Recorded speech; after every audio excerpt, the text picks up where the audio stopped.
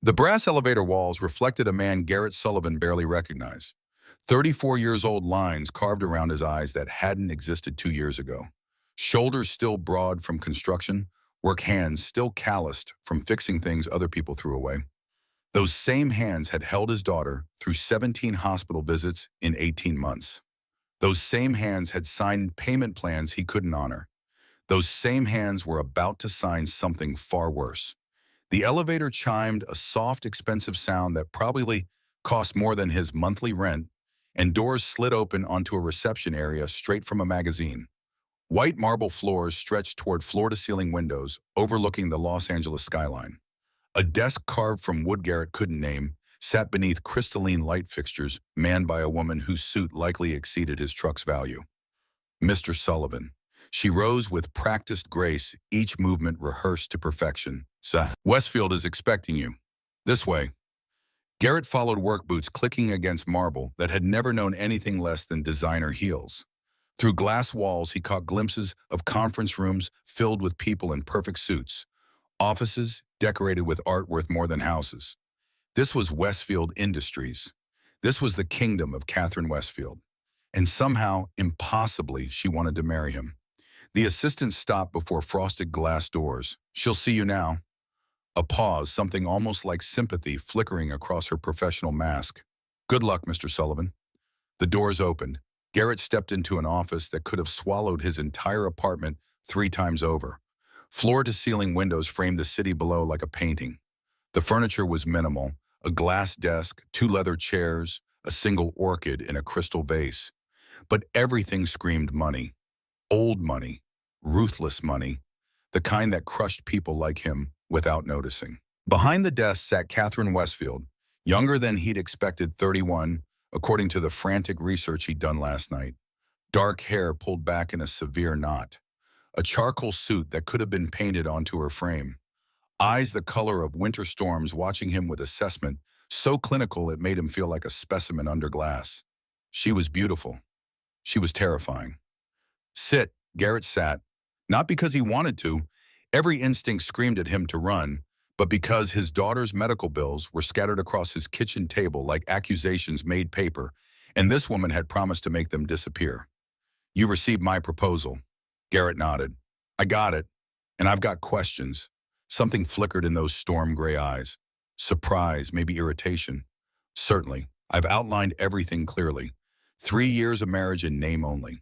In exchange, your daughter receives full medical coverage enrollment in Westbrook Academy and a trust fund upon completion of the contract. You've outlined the what. Garrett leaned forward, proud that his voice stayed steady. Not the why. Why me, Miss Westfield? You could have any man in this city. Hell, you could have men lining up around the block to marry you for real. So why are you offering a fake marriage to a broke handyman whose only qualification is being desperate enough to consider it? Silence stretched between them. Catherine's fingers, long, elegant, ringless, tapped once against her glass desk. Because you're exactly what I need, Mr. Sullivan. Unremarkable, unthreatening, the kind of man no one will look at twice. She leaned back in her chair. I'm facing a hostile board. 6 men who believe a woman shouldn't run her father's company and who are using my unmarried status as ammunition. They're calling me unstable, emotional, incapable of forming lasting partnerships. Her lips curved in something too sharp to be a smile. A husband would silence them. A husband with a child would make me look softer. So I'm a prop. You're a solution. She said it without apology. And in exchange for 3 years of performances, your daughter gets everything you can't give her. Every surgery, every specialist, every chance. Oh, I know. The words hung in the air between them. Garrett thought about Lily, about her smile, about the way she still believed he could fix anything, about the latest bill sitting on his table, with final notice stamped across it in red, about the cardiologist who'd looked at him with pity and said, there's a surgical option, but the waiting list is 2 years, and without insurance. He'd stopped listening after that. What are the rules? Catherine's posture shifted, subtle but unmistakable. The stance of someone who'd won. Separate bedrooms, no physical intimacy of any kind. You'll attend public events when required and play the devoted husband for cameras. In private, we'll be strangers who share an address. She slid a leather folder across the desk. The full contract, 347 pages. Take it home, have it reviewed. I can't afford a lawyer. I know. She said it without cruelty, just fact. But I'm telling you to have it reviewed anyway. I want you to understand exactly what you're agreeing to. Garrett looked at the folder but didn't touch it. What happens if I meet someone, if I fall in love, for the first time something human flickered across Catherine's face? Something almost like pain quickly buried. Then you'll wait 3 years, Mr. Sullivan. As will I. She stood moving to the window, her reflection ghosting against the glass. Neither of us is in this for romance. You need money, I need armor. It's a transaction, nothing more. A transaction. His life, his freedom reduced to a business deal. But Lily's laugh echoed in his memory. That bright, beautiful sound that had grown weaker lately, interrupted too often by coughs and hospital beds and oxygen masks. His daughter, his whole world waiting at home with a heart that was slowly failing. For her, he would become anything, even a rich woman's puppet. When do you need an answer? Catherine turned back to face him, and for just a moment, Garrett could have sworn he saw something like respect in her eyes. Tomorrow, 9 a.m., my assistant will be waiting. She extended her hand, the gesture oddly formal, almost old-fashioned. Garrett rose and took it. Her palm was cool and dry, her grip surprisingly firm. One more question. He didn't let go. You said I'm exactly what you need, unremarkable and threatening. He met her gaze and held it. How did you find me? Out of all the desperate men in Los Angeles, how did Catherine Westfield end up in my apartment building's parking lot offering to change my life? Something shifted in her expression. The cold mask slipping just for a heartbeat, revealing something underneath that Garrett couldn't quite name. I saw you. Her voice dropped to barely above a whisper. 6 weeks ago, outside Children's Hospital, you were carrying your daughter and she was crying because they told you there was nothing more they could do without surgery. And you, she paused, her voice catching on something that might have been memory.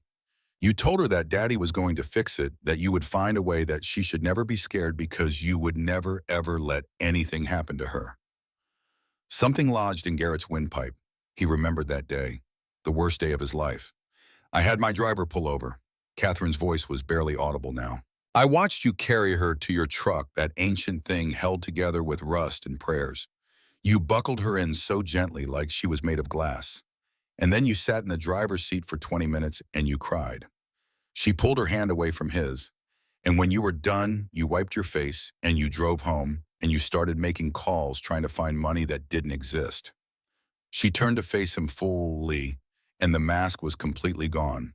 I've been researched by the best PIs in the country, Mr. Sullivan. I know everything about you. Your credit score, your work history, the fact that you once drove 30 miles on an empty tank to get your daughter to a dance recital because you couldn't afford gas and pride. The way you read to her every night, even when you're so exhausted you can barely keep your eyes open. Her mask slid back into place, cold and impenetrable. I needed someone who wouldn't try to manipulate me, someone who would do anything for their child. Someone who looked at me that day in the parking lot like I was just another person in a suit, not a wallet with legs. I didn't see you that day. I know. The ghost of a smile. That's part of why I chose you. Garrett stood there processing. This woman, this ice queen, who'd built an empire on being untouchable, had been stalking him, researching him, watching him fall apart. And she decided he was worth saving. Tomorrow. He turned toward the door, feeling her gaze on his back with every step. 9 a.m. His hand was on the handle when her voice stopped him. Mr. Sullivan. He looked back. Catherine Westfield stood silhouetted against the windows, the setting sun painting her in shades of gold and amber, and for just a moment she looked almost human. She's a lucky girl. Her voice was soft. Your daughter, having someone who would sell his soul to save her. Garrett's jaw tightened. I'm not selling my soul, Ms. Westfield. I'm renting it. 3 years. Then I walk away and you never see me again. He left before she could respond. The drive home took an hour in traffic, plenty of time for Garrett to second-guess himself 17 different ways. The contract sat on his passenger seat like a bomb. 347 pages of legal language that would bind him to a stranger with money, a stranger who could save Lily. His apartment complex rose out of the twilight like a concrete tombstone. 3 stories of peeling paint, broken elevators, and people too tired to care. He parked his truck in the usual spot, the 1998 Ford F-150, with rust eating through the door panels and a check engine light that had been on for 6 months. The Civic he'd sold last year to pay down credit cards was gone. This truck was all that remained, and he needed it for work. Keys jingled in the quiet as he climbed the stairs to Unit 2B. Daddy, the door barely opened before 53 pounds of pure joy slammed into his legs. Garrett dropped to his knees, catching Lily in his arms, burying his face in her wild brown curls. Hey, Bug. Miss me only a little. Her grin was missing two teeth, the ones she'd lost last month, leaving adorable gaps that made every smile an adventure. Mrs. Morrison let me help make cookies. We made, She scrunched her face in concentration. Snicker something. Snickerdoodles. Betty Morrison appeared in the doorway, wiping her hands on a dish towel. The 62-year-old widow had been Lily's unofficial babysitter since Garrett moved in 2 years ago, accepting payment in gratitude and shared meals because she knew he couldn't afford actual childcare. And she was a very good helper. Only dropped the dough once. It jumped. Lily protested. The dough was slippery. Garrett laughed, the first real laugh he'd managed all day. I believe you, Bug. Dough is tricky like that. He stood, keeping Lily balanced on his hip despite the fact that she was really getting too big to carry. She'd been too big last year, actually. But he couldn't stop, couldn't let go. Every moment felt borrowed now. Precious in a way it hadn't before the diagnosis, before he knew her heart was failing. Everything okay? Betty's eyes dropped to the leather folder in his hand. That looks official. It's nothing, the lie came too easily. Just some paperwork for a new job opportunity. Betty's gaze sharpened. She'd survived 3 husbands, raised 5 children, and buried 2 of them. Very little got past her, but she simply nodded, pressed a kiss to Lily's forehead, and grabbed her purse. Cookies are in the oven. Keep warm another 20 minutes. She paused at the door, looking back at Garrett with something that might have been worry. Whatever that paperwork is, Mijo makes sure it's worth it. Some prices are too high even for the people we love. Then she was gone, and Garrett was alone with his daughter and the decision that would change both their lives. Daddy, you look sad. Lily's small hand touched his cheek, her brown eyes so like her mother's, searching his face with concern no 5-year-old should have to carry. I'm not sad, Bug, just tired. Is it because of the hospital? Her voice dropped to a whisper like she was sharing a secret. I heard you talking to Mrs. Morrison last week about money and my heart and how you were going to fix it. His chest constricted. He'd been so careful, so sure she hadn't heard. Lily, it's okay, Daddy. She pressed her small palm flat against his chest, right over his heart. Your heart works good, and you always fix things, so you'll fix mine too, right? He couldn't speak, couldn't breathe around the love and fear and desperate hope strangling him. So he just nodded, pulled her close, and made a promise against her hair. I'm going to fix it, Bug, whatever it takes. 347 pages, 3 years of his life, one chance to save his daughter. Garrett didn't sleep that night. Instead, he sat at the kitchen table after Lily had gone to bed, reading every single page of Catherine Westfield's contract by the light of a lamp that flickered every 30 seconds. The legal language was dense, intentionally complex, but the terms were clear enough. For a period of 36 months, Garrett Sullivan would present himself publicly as the husband of Catherine Westfield. He would reside in her primary residence. He would attend corporate functions as required.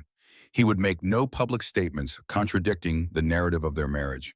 He would have no romantic or intimate relationships outside the marriage. In exchange, Catherine Westfield would provide full medical coverage for Lily Rose Sullivan, including all surgical procedures, specialists, and medications. Guarantee enrollment at Westbrook Academy, one of the most exclusive private schools in California. Establish a trust fund of $2 million in Lily's name to be accessed upon her 18th birthday. Provide Garrett with a monthly stipend of $15,000 for personal expenses. And at the end of 3 years, when the board was secured and the contract fulfilled, they would divorce quietly. No fuss, no drama, just 2 strangers walking away from a business deal. Garrett's eyes kept returning to one section, tax and legal considerations. They would file married but separately, maintaining individual financial responsibility. The prenuptial agreement was ironclad. Garrett would receive nothing from Catherine's estate if the marriage ended before the 3-year term. But custody of Lily would remain solely with Garrett, a clause that made his chest ache with something close to gratitude. Another clause caught his attention: no physical intimacy of any kind. The parties shall maintain separate bedrooms and conduct themselves as professional partners in a business arrangement with all public displays of affection to be performed solely for the benefit of maintaining appearances. Professional partners. He thought about Anna, his late wife Lily's mother, the way she'd kissed him goodbye every morning for 3 years of marriage, the way her hand always found his under restaurant tables, the way she'd curled into him at night, her cold feet pressed against his calves, her breath warm against his shoulder. She'd been gone for 4 years now. Ovarian cancer fast and brutal, taking her in 6 months flat. He'd never expected to love again, never wanted to. Anna had been it for him, his person, his partner, his home. But this wasn't love. This was survival. The clock on the wall read 3:47 a.m. when Garrett finally set down the contract and walked to Lily's bedroom. He pushed open the door just enough to see her sprawled across her twin bed, one arm dangling over the edge. Mr. Trunks, the stuffed elephant she'd named when she was 2, and very proud of her creativity, was clutched against her chest. Her breathing was shallow, slightly labored, the sound of a heart working too hard to pump blood through a body that deserved so much better. Garrett leaned against the door frame and watched his daughter sleep, memorizing the curve of her cheek, the scatter of freckles across her nose, the way her lips curved into a smile even in dreams. 4 years old when Anna died. 5 years old when the doctors told him her heart was failing. She didn't remember her mother's voice, but she still reached for her in nightmares. She didn't understand words like congenital heart defect and surgical intervention, but she knew that hospitals meant scary machines and shots that hurt. She didn't know that her father had sold his car, maxed out 3 credit cards, and taken a second job just to keep her alive this long. And she would never know that he was about to sell himself to a woman who looked at love like a disease to be avoided. "Whatever it takes, Bug," Garrett whispered into the darkness. "Whatever it takes." At 8:47 the next morning, Garrett walked back into the lobby of Westfield Industries. He was wearing the same shit he'd worn yesterday, his only suit, the one he'd bought for Anna's funeral. It still fit mostly. He'd lost weight since then, the kind of weight that stress and skipped meals carved away, but the shoulders still filled out right, and the tie covered the slight gap at his collar. The same assistant was waiting. "Mr. Sullivan, right this way." The walk to Catherine's office felt shorter today. Maybe because he'd made his decision. Maybe because the fear had been replaced by something harder, more determined. This time, Catherine was standing when he entered. She was wearing white today, a sharp contrast to yesterday's charcoal, and it made her look younger somehow, less like a CEO, and more like a woman who might have been beautiful if she ever learned to smile. "You're early. I didn't sleep." He set the contract on her desk. "I read every page." And Garrett met her eyes. "I have conditions." That flicker again. Surprise quickly hidden. "The contract is non-negotiable, Mr. Sullivan." "No, but the way we live it is." He pulled a folded piece of paper from his pocket, his own list written in pen at 4 a.m. While his daughter slept and his conscience screamed, "I'll be your fake husband. I'll play the role, attend the events, smile for the cameras. But there are things that aren't in your contract. Things about how we treat each other." Catherine's eyes narrowed. "Such as, you will never speak to my daughter with anything less than respect. You will never use her as a prop, never drag her into the public games, and never make her feel like she's less than wanted in that house." His voice was quiet, but something in it made Catherine stop. "I will be faithful to this contract. I will keep your secrets and protect your reputation. But in return, you will treat me like a human being, not a piece of furniture. You will say please and thank you. You will acknowledge my existence when we pass in the hallway. And if you ever talk down to me in front of my daughter, the deal is off. I don't care about the money. I don't care about the school. I will walk out that door and you'll never see me again." Silence stretched between them. Garrett watched Catherine's face, searching for the calculation, the cold dismissal he expected. Instead, he saw something else. Something that looked almost like recognition. "You've been talked down to before." Her voice was soft. "By wealthy people. By people who thought their money made them better. Every day for the past 10 years. Garrett didn't flinch. "I'm a handyman, the kind of guy rich people call when something breaks and forget exists the moment it's fixed. I know exactly what I am in your world, Miss Westfield. And what's that? Invisible. He leaned forward. But I won't be invisible to my daughter. Not ever. So either you agree to treat us like people, or I walk right now. Catherine was quiet for a long moment. Then slowly she picked up the folded paper, his conditions, and read them. Her expression didn't change, but something in her posture shifted. You want regular family dinners. She said it almost to herself. Attendance at school events. Permission to maintain the house as you see fit. That house is going to be Lily's home for 3 years. I won't have her living somewhere that feels like a museum. And this last one, Catherine looked up. Genuine kindness, or at minimum, the convincing appearance of it. Her lips curved slightly. You're asking me to be nice, Mr. Sullivan. I'm asking you to try. She set the paper down, picked up a pen, and in one smooth motion signed her name across the bottom of his conditions. There, she slid it back across the desk. Anything else, Garrett stared at the signature, elegant, decisive, nothing like his own cramped scrawl. She'd agreed, just like that. No argument, no negotiation. Why? He asked before he could stop himself. Why agree so easily? You could have anyone, someone who wouldn't have demands, who wouldn't push back. I could. Catherine set down the pen and folded her hands. But I chose you, and I'm beginning to think I chose correctly. She stood extending her hand. Welcome to the family, Mr. Sullivan. The wedding was 3 days later. No guests, no flowers, no music. Just a courthouse, a judge, and 2 lawyers making sure every I was dotted and every T was crossed. Garrett wore his funeral suit for the 3rd time that week. Catherine wore cream silk that probably cost more than his truck. Lily wore a yellow dress covered in tiny sunflowers because she'd picked it out herself, and Garrett couldn't say no to her smile. You may kiss the bride. The words hung in the air like a challenge. Garrett looked at Catherine, his wife now legally, if not emotionally, and saw the same uncertainty flickering behind her mask. They hadn't discussed this. The contract forbade intimacy, but a wedding without a kiss would raise questions. Slowly, deliberately, Catherine leaned forward. Her lips brushed his cheek, cool and brief, like a door closing. Congratulations, Mr. and Mrs. Westfield, the judge said, oblivious to the transaction he'd just made official.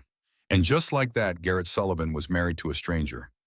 But in the parking lot outside, a black Mercedes idled with tinted windows. Inside, Marcus Donovan watched the newlyweds emerge into afternoon sunlight. His jaw clenched as Catherine's hand rested briefly on Garrett's arm, a gesture meant for any cameras that might be watching. His phone was already at his ear before their car pulled away. She just married him. Yes, a goddamn handyman. We need to accelerate the timeline. He ended the call and pulled into traffic, 3 cars behind the Rolls-Royce, carrying his former girlfriend and her bought and paid for husband. Catherine thought she'd outmaneuvered him. She thought a ring on her finger and a child in tow would silence the board's concerns. She had no idea what was coming. The mansion felt different when they brought Lily home. Garrett noticed it the moment they crossed the threshold, his daughter's hand clutched in his, while Catherine directed the staff carrying equipment behind them.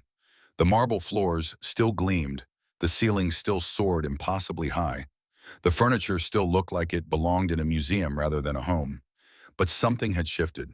Maybe it was the purple balloons floating in the foyer, tied to the banister with ribbons that matched Lily's favorite color. Maybe it was the banner stretched across the living room entrance, hand-painted in wobbly letters, that could only belong to the housekeeper. Welcome home, Lily, in every color of the rainbow. Maybe it was the smell of fresh-baked cookies drifting from the kitchen, warm and sweet, and utterly at odds with the sterile perfection that usually defined this space. Or maybe it was the way Catherine's hand found Garrett's, as they watched Lily's face light up, and neither of them pulled away. They did all this. Lily breathed, her eyes huge as she tried to take in everything at once. For me, for you, Bug, Garrett's voice was thick. Everyone wanted you to feel special coming home. I do feel special. She turned to Catherine with an expression of such pure gratitude that even the Ice Queen couldn't maintain her composure. Did you do the balloons? They're my favorite color. I may have made a suggestion. Catherine cleared her throat. Margaret executed the vision. Lily released Garrett's hand and crossed the foyer with the careful steps of a child still learning to trust her mended heart. She stopped in front of Catherine, studying her with the intense focus only 5-year-olds could muster. Then she wrapped her arms around Catherine's legs. Thank you. Her whisper was muffled against expensive fabric. For making it pretty. For holding Daddy's hand. For everything. Garrett watched Catherine freeze, watched the uncertainty flicker across her face. watched her hands hover above Lily's shoulders like she wasn't sure she had permission to touch. Then something broke loose. Catherine knelt down heedless of her designer dress pooling on the marble floor and gathered Lily into her arms. The hug was awkward, unpracticed, the embrace of a woman who'd forgotten how bodies were supposed to work. But it was real, and when she pulled back, her eyes were glistening. "You're welcome, Lily." Her voice was soft. "Welcome home." Catherine stood and walked away without another word, her heels clicking against marble that had never known anything but silence. But Garrett saw the tremor in her shoulders, the way she pressed her fingers briefly to her eyes before disappearing around the corner. The first week established new rhythms. Garrett learned them quickly. Catherine left for work at 6 a.m. and returned after 8 p.m. if she returned at all. Margaret O'Brien, the housekeeper, stern-faced but kind-hearted, handled the cooking and cleaning with brutal efficiency. Lily, curious and fearless and determined, explored every inch of the mansion like a pioneer mapping new territory. Garrett spent his days learning to be invisible in the right ways. He attended orientation at Westbrook Academy, with Lily surrounded by parents whose watches cost more than his annual salary. He met with the specialists Catherine's money had made accessible overnight. Dr. Harrison Mitchell, the pediatric cardiac surgeon from Johns Hopkins. Dr. Sarah Brennan, the cardiologist who would manage Lily's care. A team of nurses who spoke in acronyms and measurements that meant nothing to him except the way they made his blood run cold. Ventricular septal defect, surgical repair, recovery timeline, words that meant his daughter had a chance. At night when Lily was asleep and the house settled into its vast silence, Garrett found himself wandering. The mansion had 43 rooms he'd counted, and most of them were empty. Designed for parties that never happened, filled with furniture that no one touched. But there was one room that was always occupied. Catherine's study was on the top floor, accessible via a spiral staircase that felt like it belonged in a lighthouse. Garrett never entered. He wasn't suicidal, but he walked past the base of those stairs every night on his way to the kitchen. And every night he could see the light burning above. She worked until 2, sometimes 3 a.m. Then she slept for 3 hours and started again. "Does she ever stop?" he asked Margaret one morning when Lily was at school and the silence had grown too heavy. The housekeeper paused in her dusting. "Ms. Westfield hasn't taken a vacation in 6 years. Hasn't had a sick day in 4. Last Christmas she was on a conference call while the rest of us ate dinner." A pause. "Budget's been tight this year. Unusual for the company. She usually runs tighter ship than this." The comment lodged itself in Garrett's brain, a splinter he couldn't quite work free.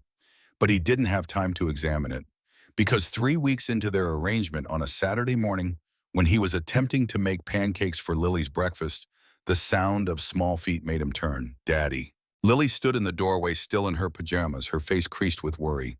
"The lady is sick." "What ladybug?" "The one with no smile." Lily's designation for Catherine, observed but never spoken aloud until now. "She's sleeping on the couch in the glass room, and she's making sick sounds." Garrett's stomach dropped.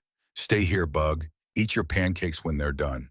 He took the spiral stairs 2 at a time, his heart pounding with something he couldn't name. The door to the study was ajar, and through the gap he could see exactly what Lily had described. Catherine Westfield collapsed on a leather sofa, shivering, despite the blanket someone had draped over her. Her face was pale, her forehead sheened with sweat, and even from the doorway Garrett could hear the rasp in her breathing. She was burning up. Ms. Westfield. Her eyes flickered open, unfocused, glassy with fever. "Who?" She tried to sit up and failed, falling back against the cushions. "What are you doing here? Your daughter told me you were sick." "I'm not." The protest dissolved into a cough that shook her entire frame. Garrett crossed the room in 3 strides, his hand pressed against her forehead before she could protest. The heat radiating from her skin confirmed what he already knew. "You have a fever. A bad one." He looked around, the study papers scattered everywhere, a laptop still glowing with spreadsheets, empty coffee cups forming a small army on the desk. "When did you last eat?" "I'm fine." "That's not what I asked." Her jaw tightened, and even sick, even shaking, she managed to summon a glare that would have terrified boardrooms. "This isn't part of our arrangement, Mr. Sullivan. You don't need. What? Someone to care that you're killing yourself." He shook his head. "I've got a daughter who spent a year watching her mother die. I know what it looks like when someone stops taking care of themselves and you're about 3 days from a hospital bed. The mention of Anna, or maybe the mention of death, seemed to puncture something in Catherine's resistance. She closed her eyes, and for just a moment, she looked young, fragile human. The board meeting is Tuesday. Her voice was barely audible. I have to, you have to rest. Garrett's voice softened despite himself. Whatever you have to prove, you can't prove it from an ICU. Silence stretched between them. Then slowly, Catherine nodded. Garrett helped her to her bedroom, a process that involved more physical contact than their contract technically allowed. But he figured carrying a barely conscious woman didn't count as intimacy. Her suite was exactly what he'd expected: enormous, immaculate, and utterly impersonal. A bed that could sleep six, curtains that blocked every ray of sun. Nothing on the walls but a single photograph of a man Garrett didn't recognize. Her father, maybe? The one who'd built this empire and left it to a daughter who didn't know how to stop fighting for it. He settled her under the covers, found a thermometer in her bathroom, 104.2, which was terrifying, and called the family doctor whose number was programmed into the house phone. Then he went back downstairs, made soup from whatever he could find in the industrial refrigerator, and carried it up on a tray with crackers and water and the cold medicine he'd found in her cabinet. You don't have to do this. Catherine's voice was hoarse when he set the tray down, her eyes still too bright with fever, but some of her sharpness had returned. It's not in the contract. Neither is watching you die. Garrett sat on the edge of the bed, maintaining careful distance. Eat the soup. Take the medicine. And maybe, just maybe, consider that 3 hours of sleep a night isn't sustainable for anyone, even someone as determined as you. She studied him for a long moment. Why do you care? It was a genuine question, Garrett realized. Not defensive, not suspicious. She genuinely didn't understand why anyone would care about her well-being. Because you're a person. He said it simply. And people take care of each other. That's how it works. Something shifted in Catherine's expression. Something glistened in her eyes, quickly blinked away. The soup is probably terrible. I'm not much of a cook. Garrett stood. But it's hot, and it's food, and my grandmother always said that was half the battle. He was at the door when her voice stopped him. Garrett, he turned. She'd never called him by his first name before. Catherine held his gaze, and for just a moment, the mask was completely gone. In its place was something raw, vulnerable, real. Thank you. 2 words. Simple.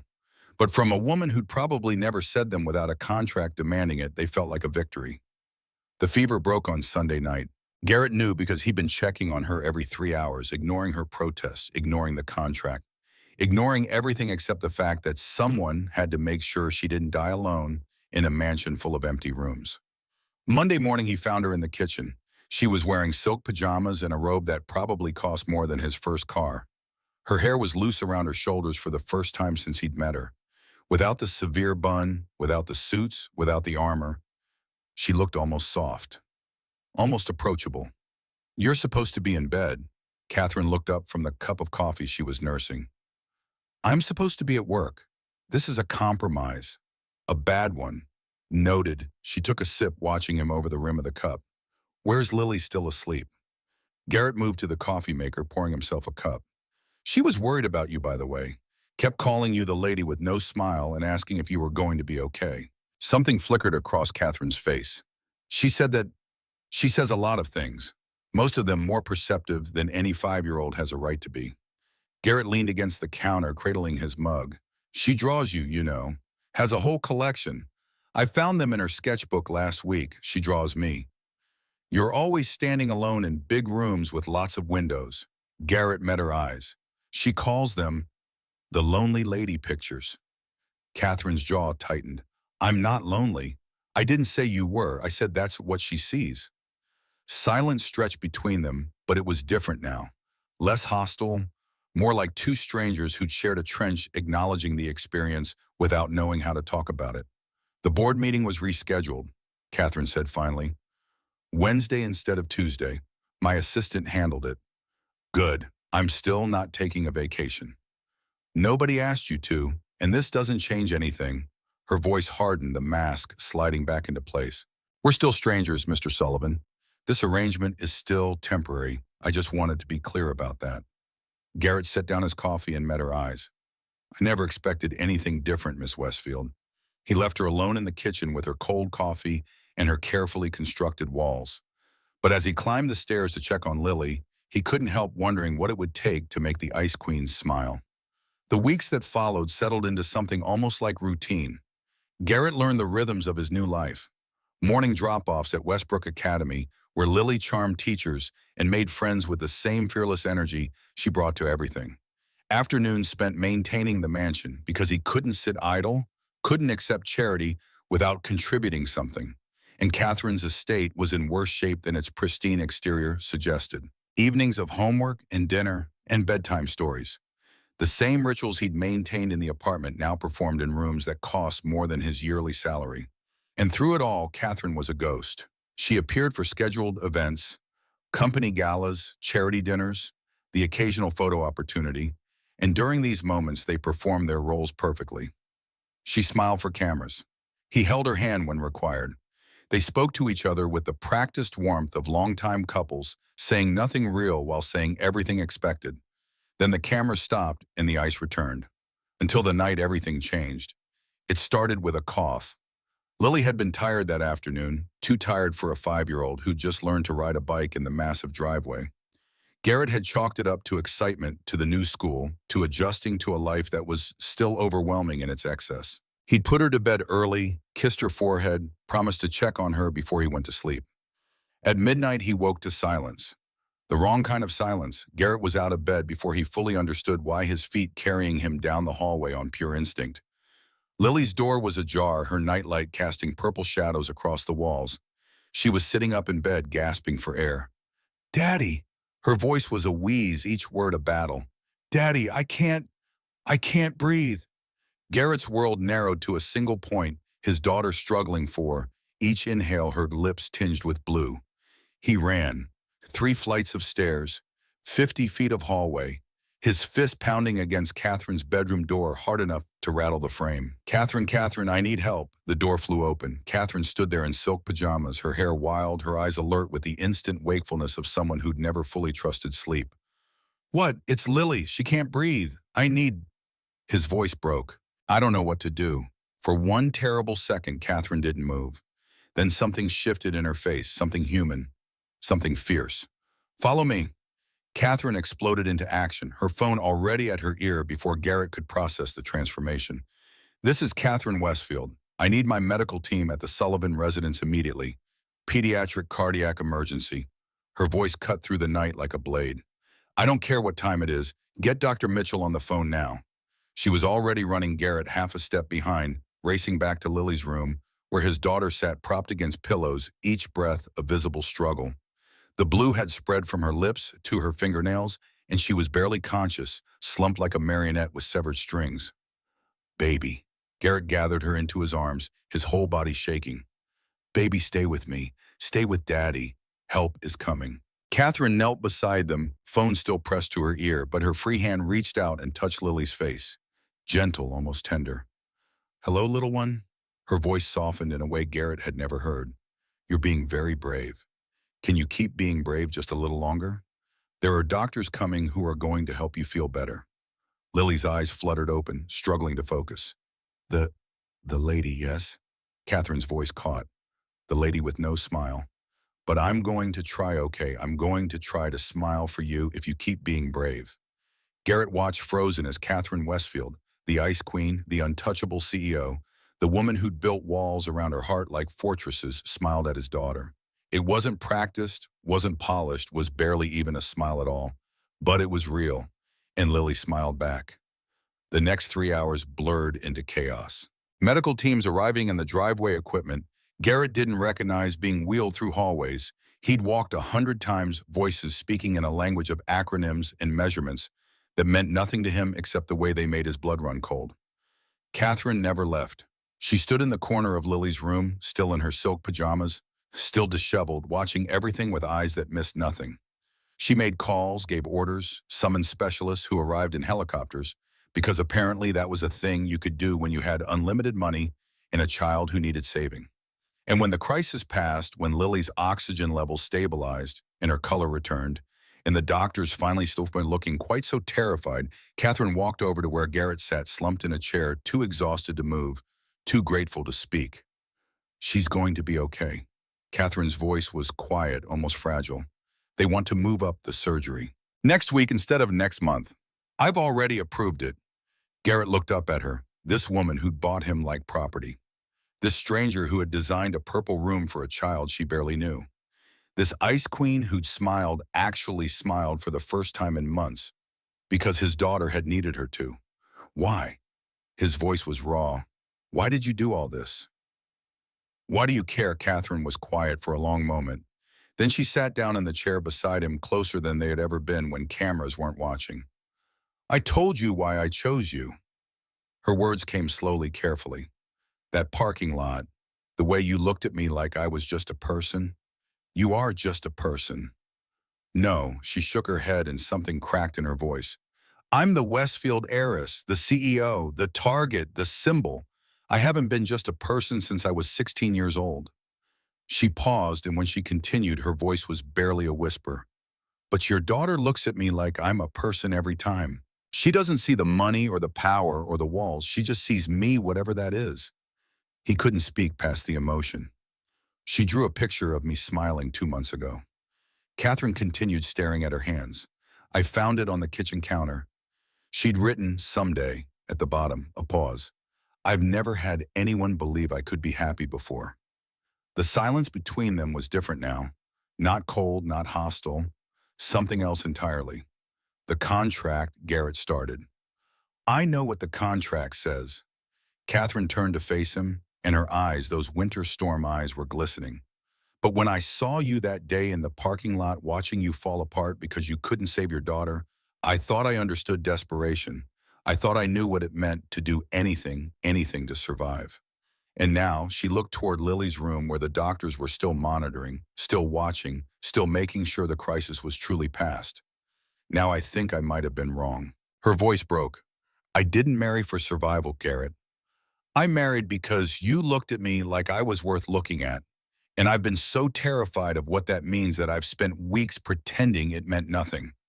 Garrett reached out. His hand found hers and she didn't pull away. What does it mean? I don't know. She admitted, her fingers tightening around his. But maybe we could find out. In the purple room down the hall, a little girl with a fragile heart slept peacefully for the first time in weeks. And in the hallway outside, two strangers sat in silence, holding hands in the darkness, no longer quite as strange to each other as they'd been before. The surgery was scheduled for Tuesday. 7 days of waiting, 7 days of watching Lily color in her purple room, pretending everything was normal, while her heart struggled with every beat. 7 days of Garrett pacing hallways he'd never expected to call home, counting hours like a man on death row. And 7 days of something shifting between him and Catherine Westfield. It started small, a cup of coffee waiting for him on the kitchen counter each morning, still steaming, prepared before Catherine left for work. A text message at noon, brief and businesslike, but unmistakably intentional. How is she today? A presence in the doorway each evening when she returned, hovering for just a moment before retreating to her study, as if checking that they were still there, that they hadn't vanished like a dream she'd been foolish enough to believe in. Garrett noticed. He noticed everything now. The way Catherine's heels slowed when she passed Lily's room, the way her voice softened almost imperceptibly when she spoke his daughter's name. The way she looked at him sometimes when she thought he wasn't watching, with an expression that was equal parts hunger and terror, like she wanted something she'd trained herself never to want. On the 4th day, Lily asked if Catherine could read her bedtime story. Garrett was sitting on the edge of the bed, goodnight moon open in his lap, when his daughter's small hand touched his wrist. Daddy, yeah, bug. Can the lady read tonight? Lily's eyes were serious, the way only a child's could be when asking for something that mattered. She has a pretty voice. I heard her on the phone once talking to someone about numbers, and even the numbers sounded pretty. His windpipe felt tight. I don't know if she's home yet, Bug. She works late. She's home. Lily pointed toward the window. I saw her car, the fancy one with the quiet engine. Of course she had. Nothing got past his daughter. Nothing ever had. I'll ask her. Garrett closed the book and stood. But she might be busy.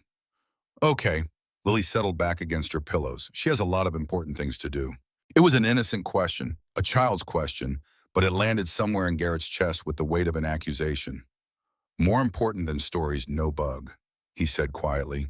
Nothing's more important than stories. He found Catherine in the kitchen, which was strange enough on its own. She was standing at the island, a glass of wine untouched beside her, staring at nothing. Still in her work clothes, still armored, but something in her posture suggested the armor was heavier tonight than usual. Long day. She startled, spinning toward him with the coiled readiness of someone who'd learned early that surprises were rarely pleasant. When she saw it was him, she relaxed, but only slightly. Every day is long. She picked up the wine, took a sip, set it down without really drinking. How is she? Good. Tired. Garrett leaned against the door frame, maintaining the careful distance that had become their default. She has a request, actually. A request. She wants you to read her bedtime story. The wine glass stopped halfway to Catherine's lips. Me, you. Garrett couldn't quite suppress a smile at her expression, somewhere between panic and wonder.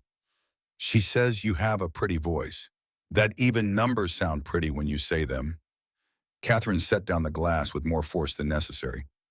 I don't, I've never, she stopped, took a breath, tried again. I wouldn't know what to do. You read the words on the patesum, Garrett shrugged.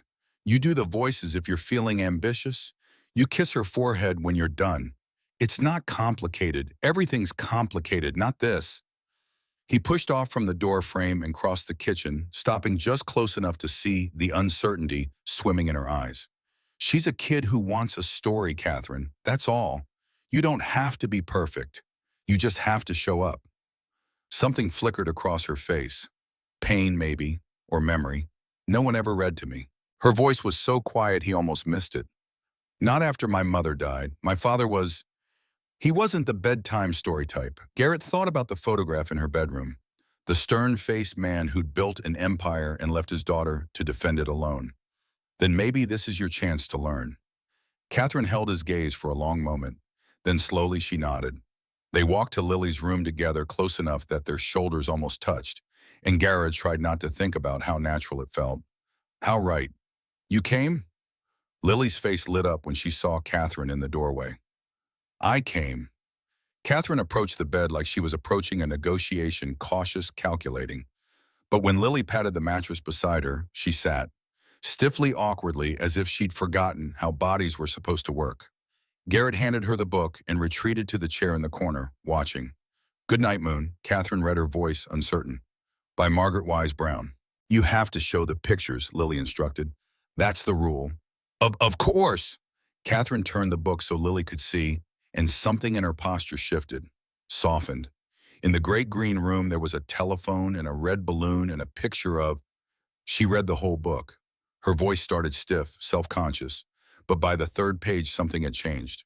The words flowed more easily. The rhythm found itself. And when Lily giggled at her attempt at the quiet old lady whispering hush voice, Catherine smiled. Actually smiled. Not the calculated smile from press photos or the desperate smile from the night Lily couldn't breathe. A real smile surprised out of her by a child's laughter. And Garrett felt something crack open in his chest. The end, Catherine said softly, closing the book. Good night, Moon. Good night, stars. Lily murmured, her eyes already heavy. Good night, lady. Catherine's breath caught. Good night, Lily. She leaned down, hesitated, then pressed a kiss to Lily's forehead, quick and uncertain, like she wasn't sure she had the right. But she did it. Garrett met her at the door as she slipped out, and they stood together in the hallway, watching through the gap as Lily's breathing evened into sleep. She called me lady, Catherine whispered. Not the lady, just lady. Progress. Catherine turned to face him, and her eyes were bright with something that might have been tears if she'd allowed them to fall. I don't know how to do this, Garrett. Any of it. I don't know how to be whatever she needs me to be. Nobody does. He reached out almost without thinking and tucked a strand of hair behind her ear. That's kind of the secret of parenting. You just keep showing up and hoping you don't screw it up too badly. She didn't pull away from his touch, didn't retreat behind her walls. Instead, she leaned into it just slightly, like a flower turning towards sun it had never expected to feel. What if I screw it up badly, then you apologize and try again? Garrett let his hand drop, but he didn't step back. That's how it works. That's how all of it works. They stood there in the hallway, inches apart, breathing the same air. Thank you, Catherine said finally, for asking me, For letting me. She asked for you, Garrett reminded her. I just delivered the message. Still, Catherine's voice was barely audible. Thank you. She turned and walked toward her room, and Garrett watched her go, wondering when the Ice Queen had started to thaw and what it would mean for both of them when she finally melted. The surgery happened on a Tuesday morning that felt like the end of the world. Garrett had been awake since 3 a.m., sitting in the chair beside Lily's bed, watching her sleep, memorizing every detail of her face in case he couldn't finish that thought. Couldn't let himself go there. Catherine found him at 5, still in the chair, still watching. The car will be here in an hour. Her voice was soft from the doorway. I've arranged for private transport to the hospital.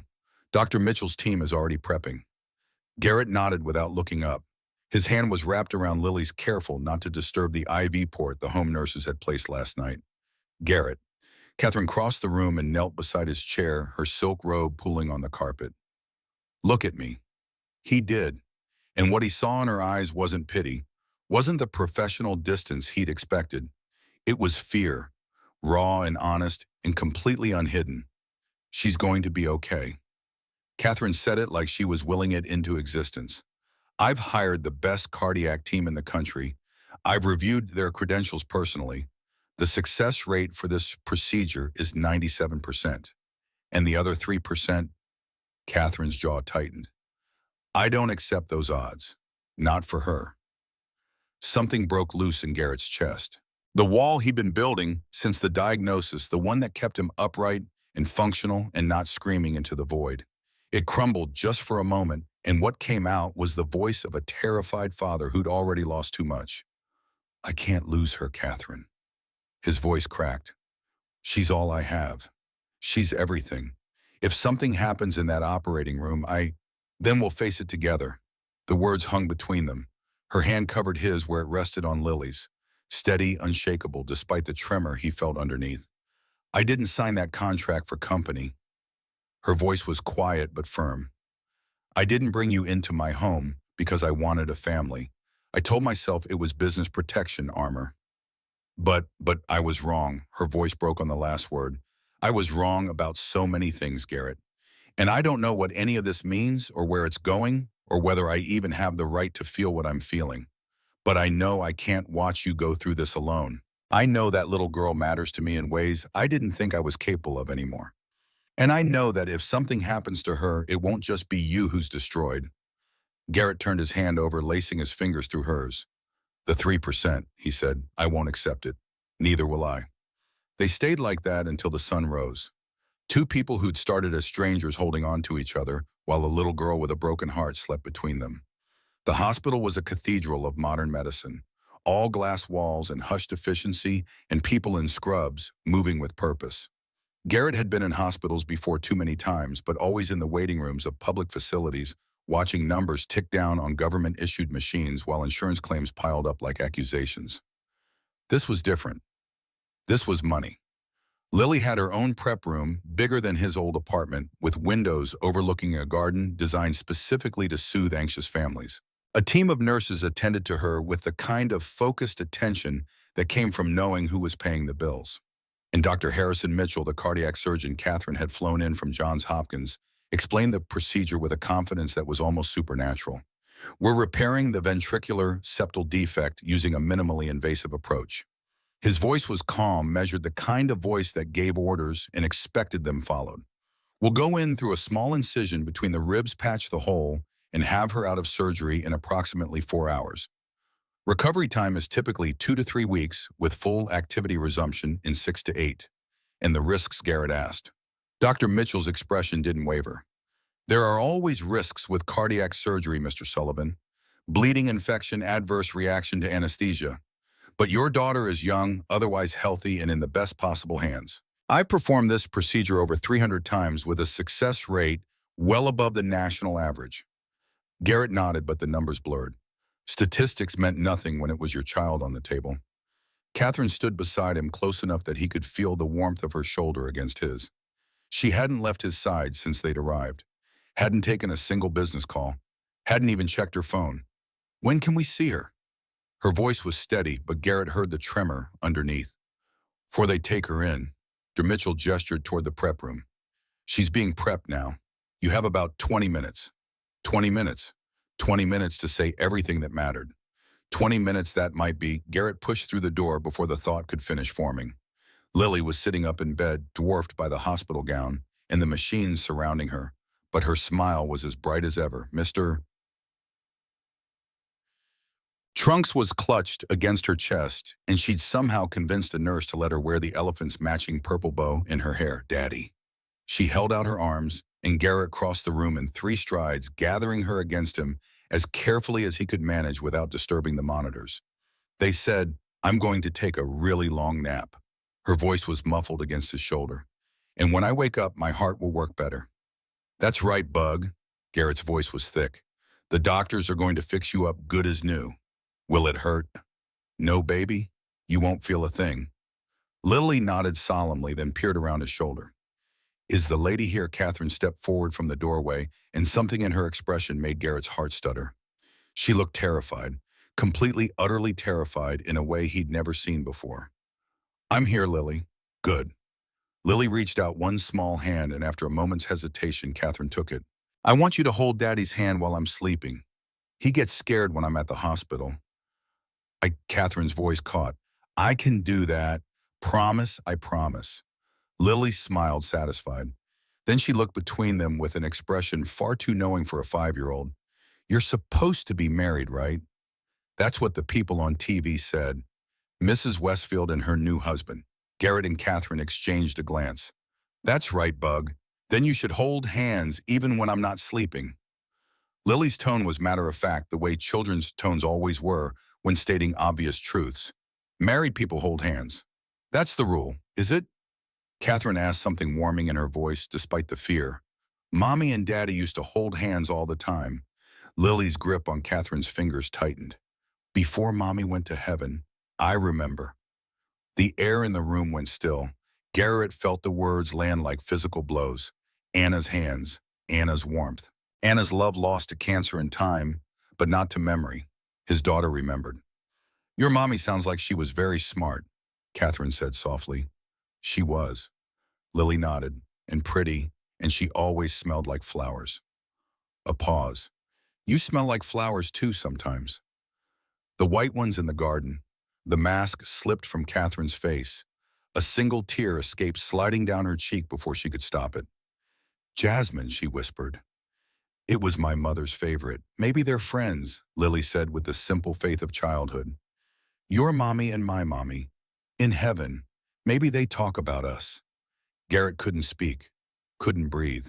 But Catherine who never cried, who never broke, who never let anyone see behind the mask, Catherine knelt beside the hospital bed and pressed her forehead against Lily's small hand. "Maybe they do." Her voice was breaking. "Maybe they're watching right now, making sure you're brave." "I'm brave," Lily confirmed. "Daddy says I'm the bravest girl in the whole world." "He's right." A nurse appeared in the doorway. "We're ready for her. Dr. Mitchell is waiting." The next 5 minutes were a blur of final kisses and whispered promises, and Garrett's heart shattering into pieces he wasn't sure could ever be reassembled. He watched them wheel his daughter away. Mr. Trunks clutched in her arms, and he didn't realize he was shaking until Catherine's hand found his, and this time it was shaking too. The waiting room was designed for comfort, but comfort was impossible when your child's heart was open on a table.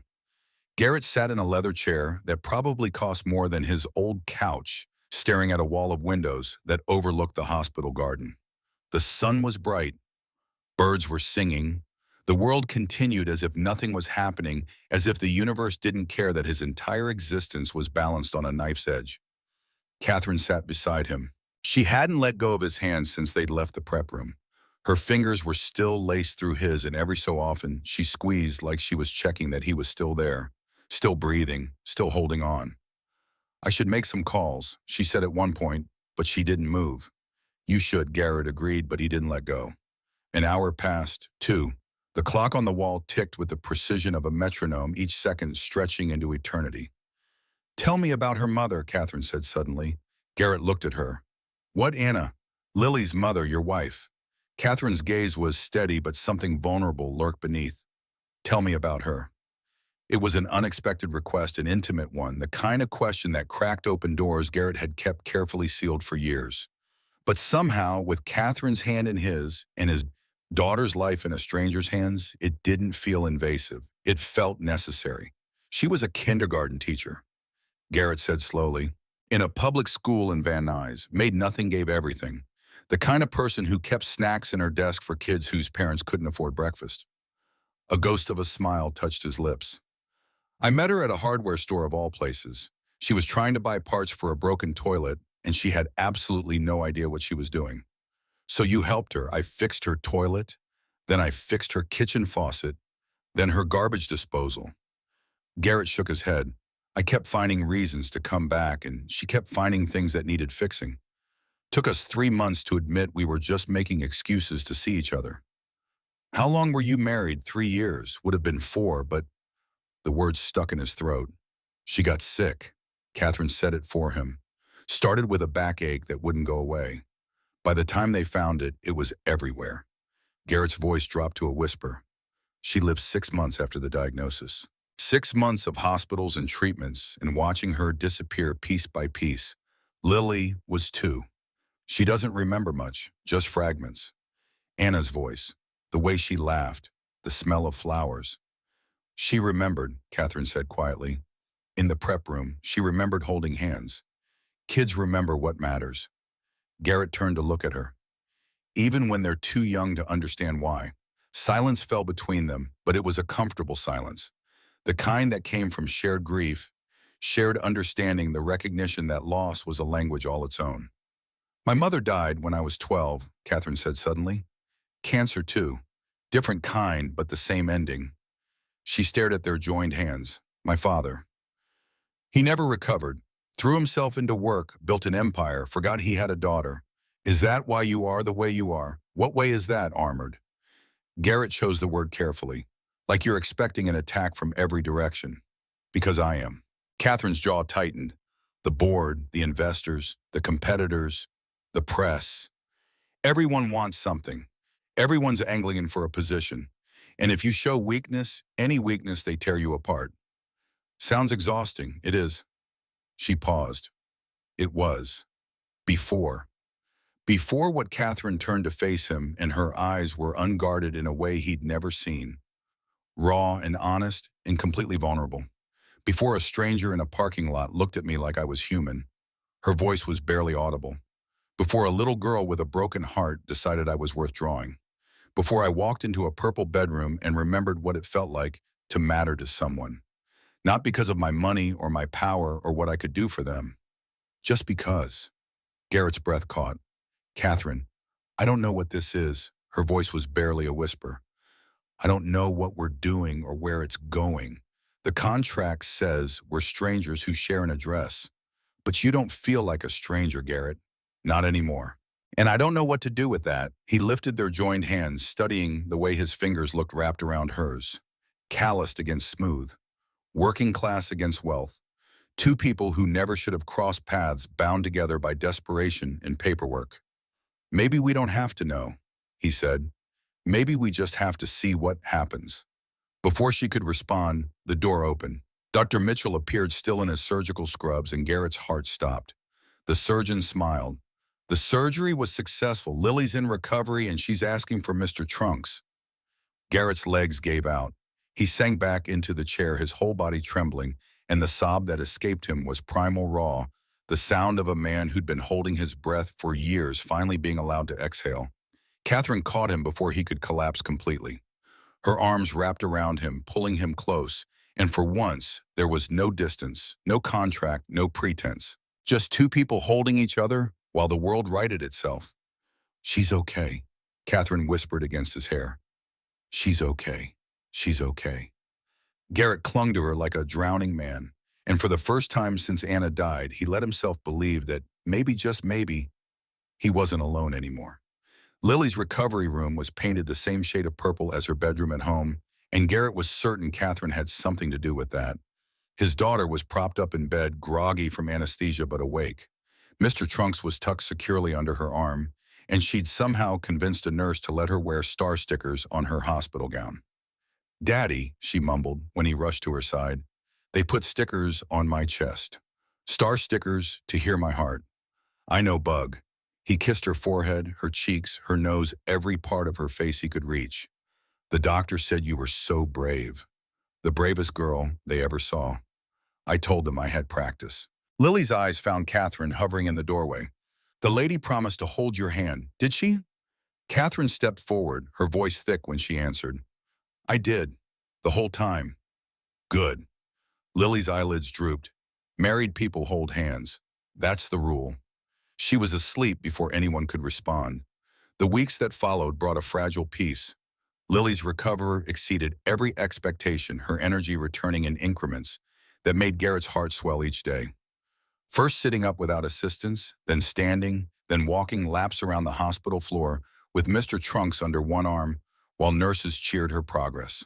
And through it all, Catherine was there. Not constantly, not obviously, but unmistakably present in ways she never had been before. Her work schedule shifted to accommodate hospital visits.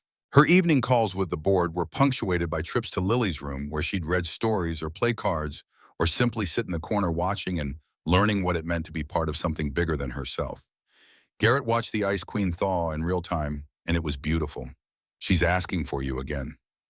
He told Catherine one evening, finding her in the hallway outside Lily's room. Wants you to do the voices tonight.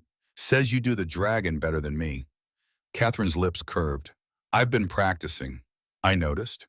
They stood together in the fluorescent light, closer than the contract technically allowed, and neither of them mentioned the distance that was supposed to exist between them. The doctor says she can go home next week. I know. Catherine's expression shifted, something flickering behind her eyes, and then things go back to normal. Garrett considered the word. Normal. What did that even mean anymore? The mansion that had felt like a museum now felt like home. The woman who had been a stranger now felt like something he couldn't quite name. I don't think normal exists, he said. Not for us, not anymore. Catherine turned to face him, and in the dim hallway light, she looked almost fragile. What exists then? Garrett reached for her hand and she didn't pull away. This, he said simply, whatever this is, we figure it out as we go. Catherine's fingers tightened around his. Together, he lifted their joined hands and pressed a kiss to her knuckles. Together. But the storm they hadn't seen coming broke 3 weeks later on a Thursday afternoon that started like any other. Garrett was in the garden with Lily, helping her build what she called a fairy castle out of sticks and flowers, when his phone buzzed with a text from Catherine. Just 2 words, come inside. Something in those words made his stomach drop. Stay here with Margaret Bug. He brushed dirt from his knees. I need to go talk to Catherine. Is something wrong? Lily's face creased with worry, and Garrett realized his daughter had learned to read the weather of this household better than anyone. I don't know yet, but whatever it is, we'll handle it. He found Catherine in her study, standing before the window with her back to the door. The rigid set of her shoulders told him everything he needed to know before she spoke. Close the door. Garrett did. What's happened? Catherine turned and her face was pale.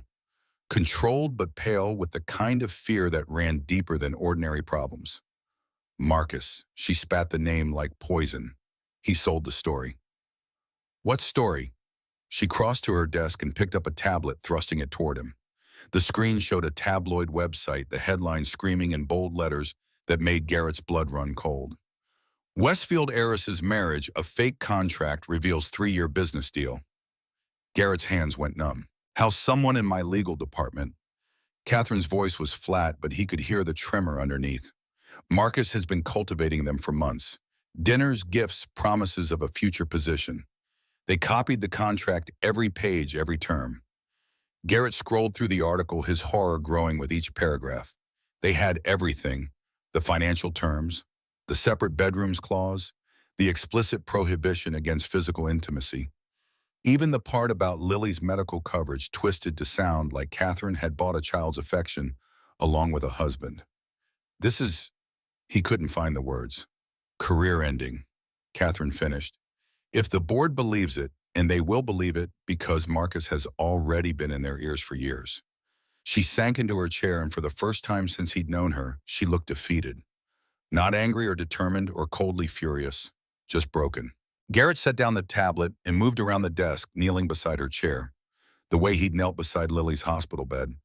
His hand found hers, and she gripped it like a lifeline. What do we do? I don't know. Her voice cracked. I've spent my entire adult life preparing for every possible attack, and I never saw this coming.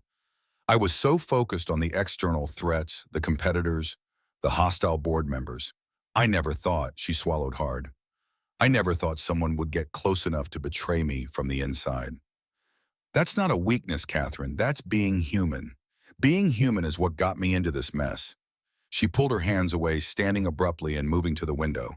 If I hadn't signed that contract, if I hadn't been so desperate for protection, if I hadn't brought you into this— Hey, Garrett followed her, turning her to face him. Don't do that. Don't rewrite history to make yourself the villain. You made a choice. We both made a choice. And whatever happens next, I don't regret it. You should. Tears glistened in her eyes. The press is going to crucify you.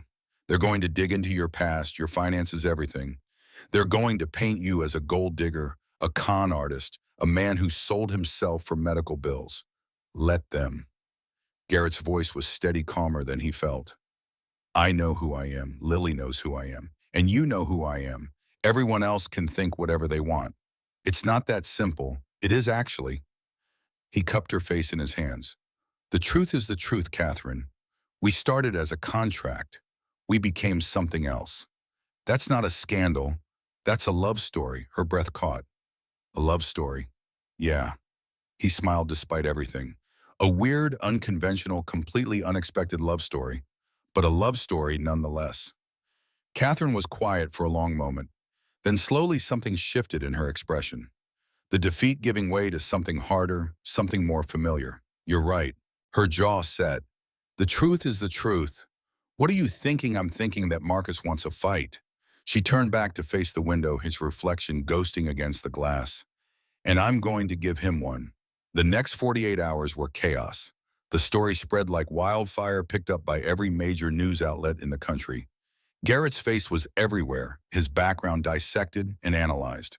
Every struggling year of his life laid bare for public consumption. The narrative took shape quickly. Poor construction worker seduces billionaire heiress with sob story about sick daughter. The comments were brutal.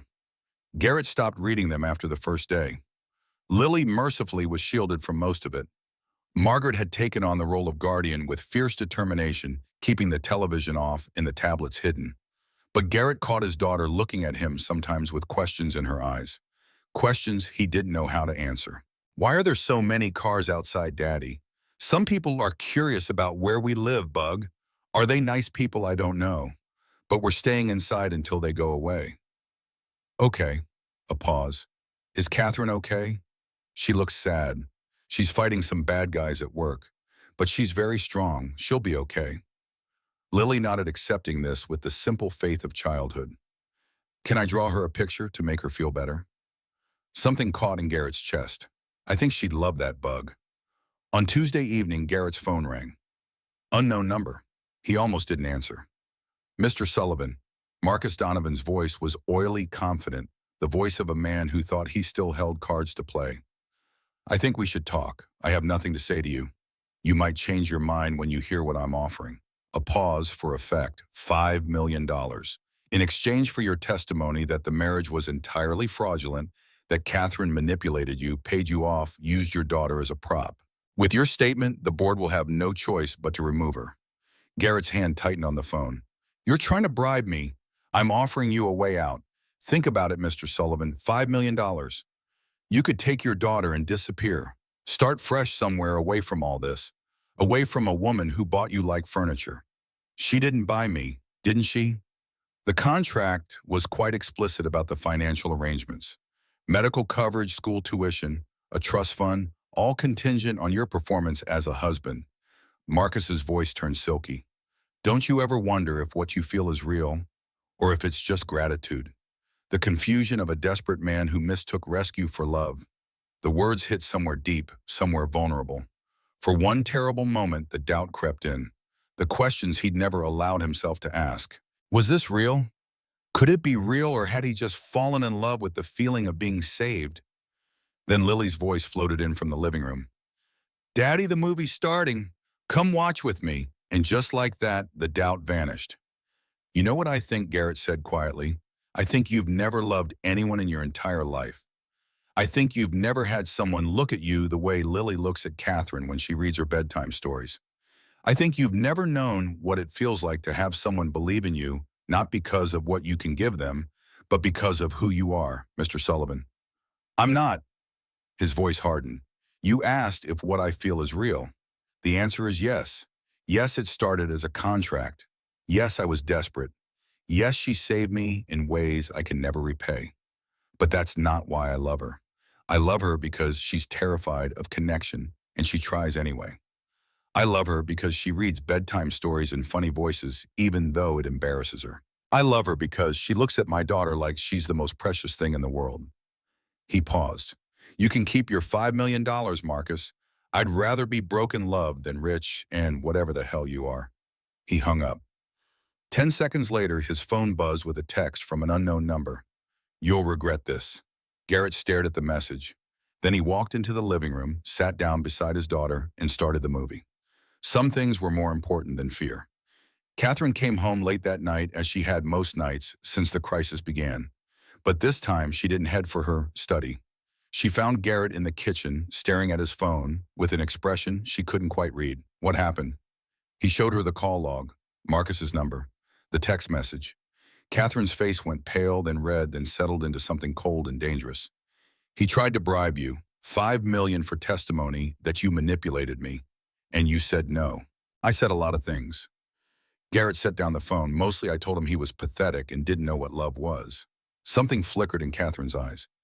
You defended me. I defended us. He reached for her hand.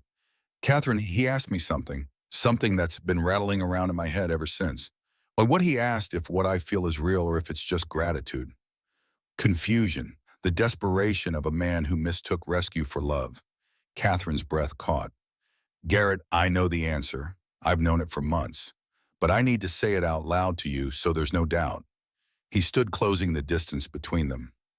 I love you. Not because you saved my daughter. Not because you gave me a home. Not because of the money or the security or any of that. I love you because of who you are when no one's watching. The woman who cries at bedtime stories. The woman who keeps M&Ms hidden in her desk drawer because she thinks no one knows. The woman who looks at me sometimes like I'm the first real thing she's seen in years. Her control wavered. The tears came fast and hard, streaming down her face while she tried and failed to hold them back. I'm so scared, she whispered. I'm so scared that this is all going to disappear. That you're going to wake up one day and realize you could do better. That Lily is going to see me for what I really am and stop loving me. That Marcus is going to win and I'll lose everything and I'll be alone again like I've always been alone. Garrett pulled her into his arms. You're not alone. You haven't been alone since the day you sat in that parking lot and watched a stranger fall apart.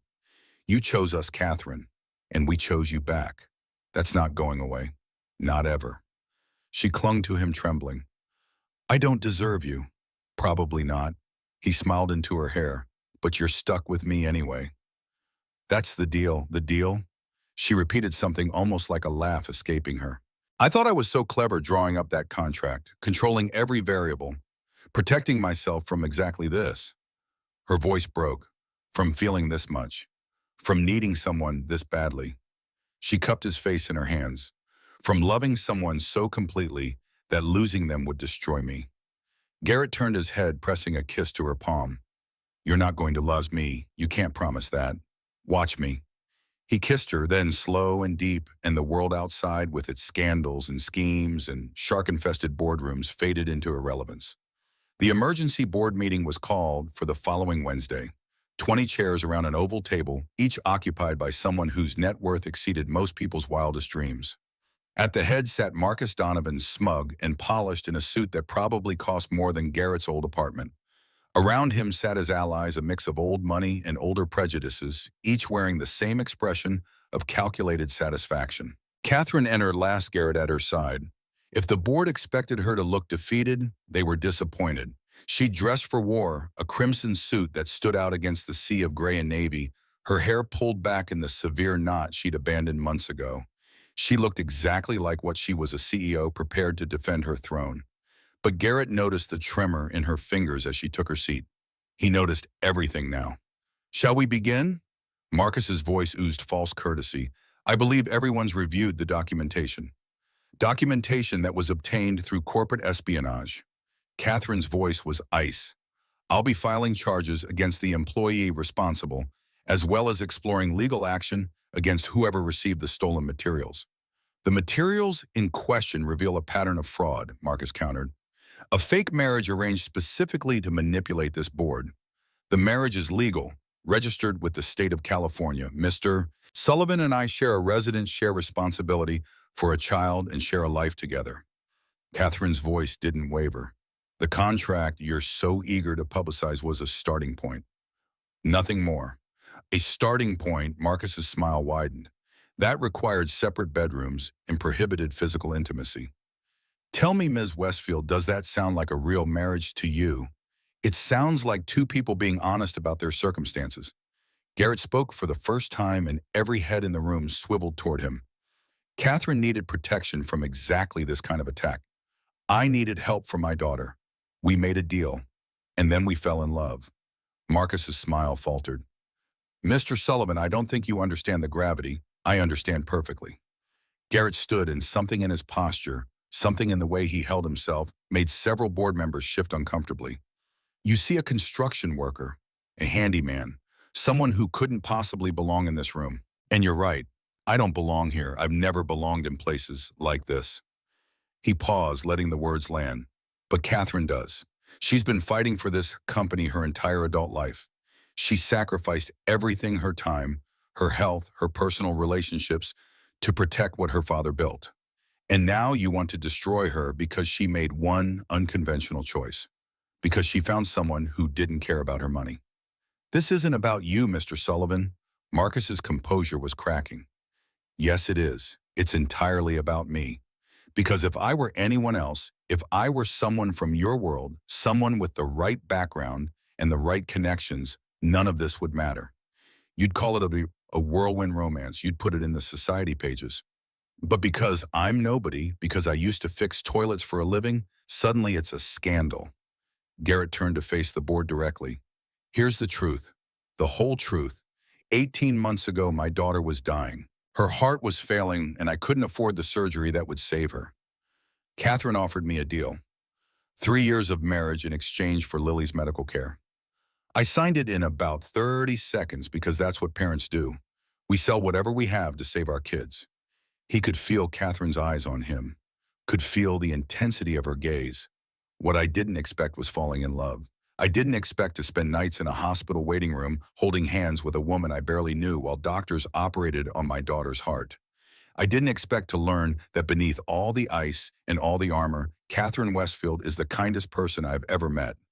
I didn't expect to watch her read bedtime stories badly at first, then beautifully, because my daughter asked and she couldn't say no. His voice cracked and he let it. The contract was real. So was everything that came after. You can believe whatever you want. You can vote however Marcus tells you to vote. But you should know what you're destroying. Not a scandal, not a fraud, a family. Silence filled the boardroom. Garrett sat down, his heart pounding, and Catherine's hand found his under the table. Well? Marcus recovered his composure. That was moving. But this board isn't here to evaluate fairy tales. We're here to assess whether Ms. Westfield is fit to lead this company. Then assess this. Catherine's voice cut through the room like a blade. Under my leadership, Westfield Industries has increased revenue by 47%. We've expanded into 3 new markets. We've reduced operational costs by 12%, while increasing employee satisfaction to its highest levels in company history. She pulled a folder from her briefcase and slid it across the table. You'll find audited financial statements, independent assessments, and a report from McKinsey on our projected growth over the next 5 years. Whatever you think of my personal choices, my professional record speaks for itself. The issue isn't your competence. Marcus's voice had lost some of its certainty. It's your judgment. You lied to this board. I protected my privacy. There's a difference. You created a false impression. I created a marriage. Catherine stood, and something in her presence silenced the room. A real one. One that started unconventionally, yes. One that I didn't expect to become what it became. But if that's grounds for removal, then I'd ask you to examine your own relationships with similar scrutiny. She paused, letting that land. I know what you've said about me and Private Marcus. I know you've been waiting for years to find a weakness and angle anything you could use to take me down. And maybe this is it. Maybe you finally won. Her voice hardened.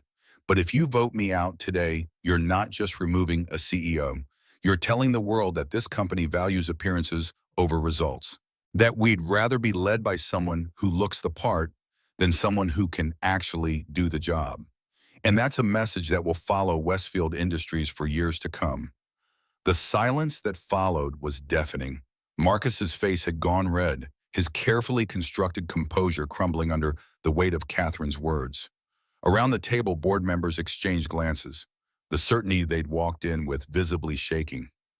I moved to table the vote. The voice came from the far end of the table.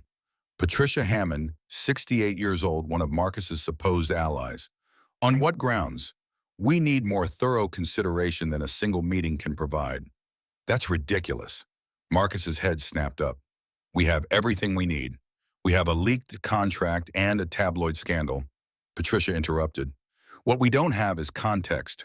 What we don't have is a full picture of Ms. Westfield's leadership over the past 18 months. I suggest we adjourn, conduct a proper review, and reconvene in 30 days.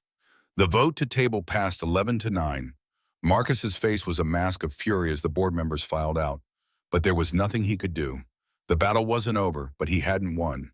Not today. Catherine and Garrett walked out together, hands still intertwined. You were incredible, Garrett said once they were alone in the elevator. So were you. She leaned against him, some of the tension finally draining from her shoulders. That speech about what parents do to save their kids, I think that's what turned Patricia. She has grandchildren. I noticed the pictures on her desk. Catherine laughed, a real laugh, exhausted and relieved and somehow still beautiful. You noticed the pictures? I notice everything now. He pressed a kiss to her hair. Comes with loving someone. But the breakthrough came from an unexpected source. 3 weeks later, Patricia Hammond called Catherine with words that would change everything. I have something you need to see. Her voice was grave. Can you come to my office and bring your husband? They arrived together. Patricia's office was smaller than expected, cluttered with family photos and children's artwork, the space of someone who actually lived her life rather than just performing it. I should have come to you earlier, Patricia said, rising to greet them. But I needed to be sure. I needed proof. Proof of what? She slid a folder across her desk. Marcus has been embezzling from the company for years. Small amounts at first, hidden in budget adjustments and expense accounts. But it's grown. As of my last count, he's siphoned off nearly $12 million. Catherine's face went white. How did you find this? I didn't. My grandson's a forensic accountant. He noticed some irregularities when he was helping me review my portfolio. Patricia shook her head. At first I thought it was a mistake. But it's not a mistake, it's theft. And he's been covering his tracks by keeping you distracted with personal attacks. Garrett felt the pieces click into place. The leaked contract, the tabloid story, the bribery attempt. Marcus wasn't trying to remove Catherine because of the marriage. He was trying to remove her before she discovered what he'd been doing. Exactly. Patricia's jaw tightened. I've been on this board for 15 years. I've disagreed with Catherine on plenty of things, but I've never doubted her integrity. Marcus, on the other hand? She trailed off. Let's just say this explains a lot. Catherine was already reaching for her phone. I need to call legal. And the SEC, and already done. Patricia held up a hand. I filed the initial report this morning. Marcus's assets are being frozen as we speak. By tomorrow, he'll be facing federal charges. The relief that flooded Catherine's face was almost painful to witness. Why her voice was small. Why help me? I thought you were one of his allies. Patricia smiled sadly. I was his ally because I believed you were too young, too inexperienced, she paused, too female to run this company. I was wrong. She glanced at Garrett. Seeing you two together these past weeks, watching how you've handled this crisis, it reminded me what real leadership looks like. Not the kind that comes from wealth or connections, the kind that comes from character. Catherine was quiet for a long moment. Thank you. I won't forget this. You don't have to thank me. Patricia's voice was firm. Just keep proving me wrong about everything else, Frito. The news broke the next morning. Marcus Donovan was arrested at his home, let out in handcuffs while cameras flashed and reporters shouted questions. The story that had defined the past month, the scandal of the contract marriage, evaporated overnight, replaced by something far more salacious: the disgraced executive who tried to destroy an innocent woman to cover his own crimes. The narrative shifted completely. Catherine Westfield wasn't a fraud. She was a victim, a target, a woman who'd been fighting for her company while a snake worked to bring her down from within. And Garrett Sullivan wasn't a con artist. He was the man who'd stood beside her through it all. The board reconvened, but this time the vote was unanimous. Catherine retained her position as CEO. And in a moment that surprised everyone, Patricia nominated Garrett for an advisory role, a consultant position that would formalize his presence in Catherine's professional life, the way he'd already formalized his presence in her personal one. The decision to have a real wedding came quietly born out of a conversation that started practical and ended somewhere far more emotional. "We should do something," Catherine said one evening, scrolling through her calendar, "to mark the transition, the end of the contract, the beginning of whatever this is. A ceremony, something small, just us." She looked up. "Unless you want something bigger. I know I deprived you of a real wedding the first time. If you want the church and the guests and all of it, I'll do whatever you want." Garrett thought about it. His first wedding to Anna had been small too, a courthouse ceremony with their closest friends, followed by a reception in her parents' backyard. Anna had worn a dress she'd found at a consignment shop, and Garrett had worn his only suit, and they danced under string lights until their feet ached. It had been perfect, not because of the venue or the guest list, but because of who was standing beside him. "I want whatever makes you happy," he said. "But if I'm being honest, I don't need a big ceremony. I just need you." Catherine's expression softened. "What about Lily? What about her?" "She should be part of it." Catherine set down her phone. "She's the reason any of this exists. The reason you signed the contract. The reason I started to change. The reason we became a family. She should be there when we make it official." Garrett smiled. "You want her to be in the wedding and I want her to perform the wedding." At his look of surprise, Catherine laughed. "Not legally, obviously. We'll still need someone official to sign the paperwork. But the ceremony itself, the vows, the rings, all of it. I want Lily to be the one who marries us." The idea was so perfectly, beautifully right that Garrett couldn't believe he hadn't thought of it himself. "She's going to love that." "I know." Catherine's smile widened. "I asked Margaret to help her make an officiating robe. Purple, of course. Of course." They told Lily that evening, and her reaction was everything they'd hoped for. "I get to marry you." She bounced on her bed, too excited to stay still. "For real, like the people on TV. For real," Garrett confirmed. "You'll stand up in front of us and say the special words, and then we'll be married forever. Forever and ever, forever and ever." Lily's face grew serious. "What words do I say?" "Whatever you want." Catherine's voice was gentle. "Whatever feels right to you. Can I practice?" "You can practice as much as you need." "Okay." Lily nodded with the gravity of a child accepting a sacred responsibility. "I'm going to write the best words ever, the most beautiful words in the whole world." She spent the next 3 weeks preparing. Garrett would find her in her room, hunched over papers, tongue poking out in concentration as she worked on her speech. She refused to show anyone what she'd written, insisting it had to be a surprise. But the intensity of her focus was both endearing and slightly alarming. The ceremony was scheduled for a Saturday in late September, 6 months after they'd signed the contract. The location was simple, the backyard of the mansion where Lily had built her fairy castles and chased butterflies and learned what it meant to have a home. The guest list was even simpler. Margaret Betty Morrison, Dr. Harrison Mitchell, and Patricia Hammond, who'd become something like a friend to Catherine in the months since the crisis. No press, no cameras, no fanfare, just family. The morning of the wedding dawned clear and bright, the kind of September day that felt like summer's last gift before autumn arrived. Garrett woke early, too nervous to sleep, and found Catherine already awake beside him. They'd been sharing a room for months now, the separate bedrooms clause of the original contract long since abandoned. Nervous, terrified, she laughed softly. "Me too. You've done this before." The courthouse, the judge, all of it. That wasn't a wedding. Catherine turned to face him, her expression soft in the morning light. That was a transaction. This is different. How this is real. She traced her finger along his jaw. This is what I was too scared to want the first time. What I convinced myself I didn't need. And now, she paused. Now I know I was wrong. Now I know that needing someone isn't weakness. It's just being human. They got dressed separately at Lily's insistence. It's bad luck to see each other before the wedding. She'd announced having absorbed various wedding traditions from sources Garrett couldn't identify.